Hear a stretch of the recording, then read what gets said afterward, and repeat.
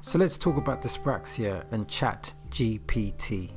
What is ChatGPT and why would it help someone with dyspraxia? Well, that's a loaded question, as there is a lot to talk about here. I'm going to try and be concise, philosophical and transparent.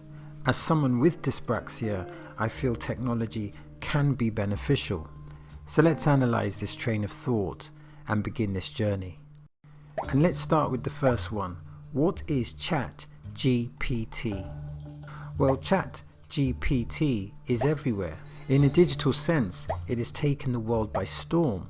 It is seen as an effective tool, a shortcut to achieving tasks. And in a simple sense, ChatGPT is a large language model.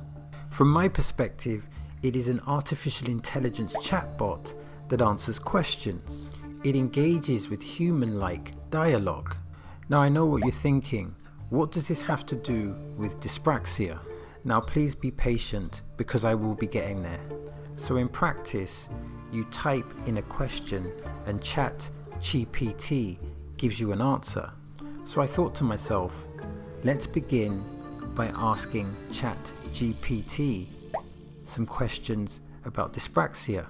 That seems a very appropriate way to move forward. So on the 14th of March 2023, I went into ChatGPT and asked my first question. Just a little preface, if the answers are too long, I will just share the first two sentences. So let's start this process. I'm genuinely intrigued about this. So my question was, what is dyspraxia? And ChatGPT stated the following, quote, dyspraxia, also known as developmental coordination disorder, DCD, is a neurological condition and movement. It is a lifelong condition that impacts both fine motor skills, such as writing, typing, and using utensils, and gross motor skills, such as running, jumping, and throwing. End of quote. So from my perspective, I think this is a good comprehensive answer. I am fairly impressed. It's not a one-word answer, it's a comprehensive paragraph. So this is a good start. So maybe let's try a bit of a harder question. Something that will stimulate the software's brain, metaphorically speaking. So let's not be over dramatic, but here is my second question. Is there a treatment for dyspraxia? Here is ChatGPT's answer. Quote, as an AI language model, I do not have personal experiences, but according to the National Health Service, NHS, there is no cure for dyspraxia, but it can be managed with a variety of treatments such as occupational therapy, speech and language therapy, and physical therapy. End of quote. First observation, that is a very long sentence. Second observation, it acknowledges that it has no personal experiences in this area.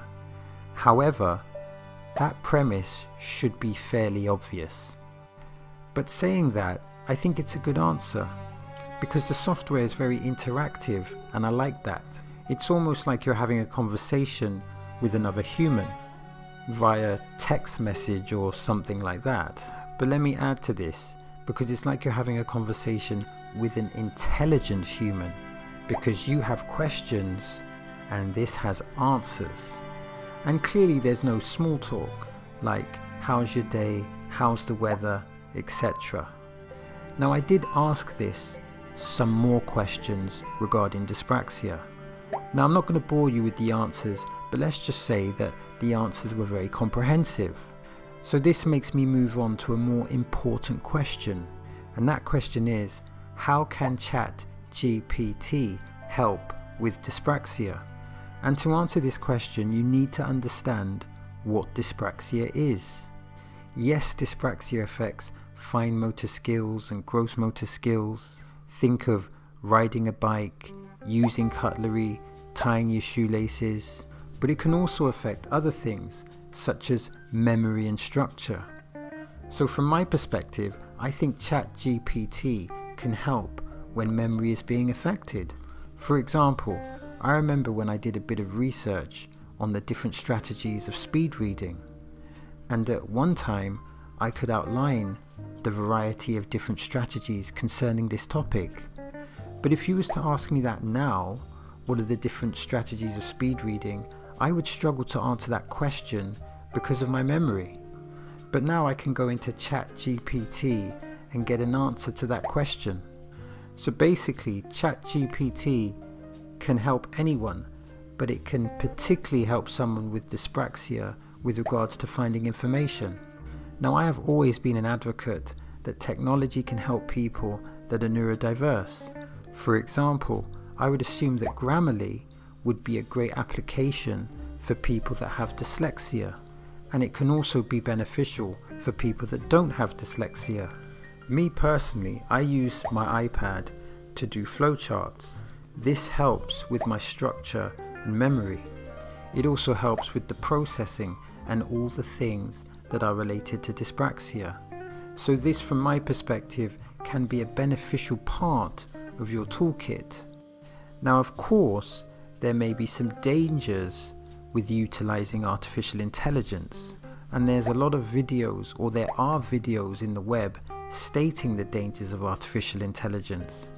I would suggest that you should do your own research and come to your own independent conclusions.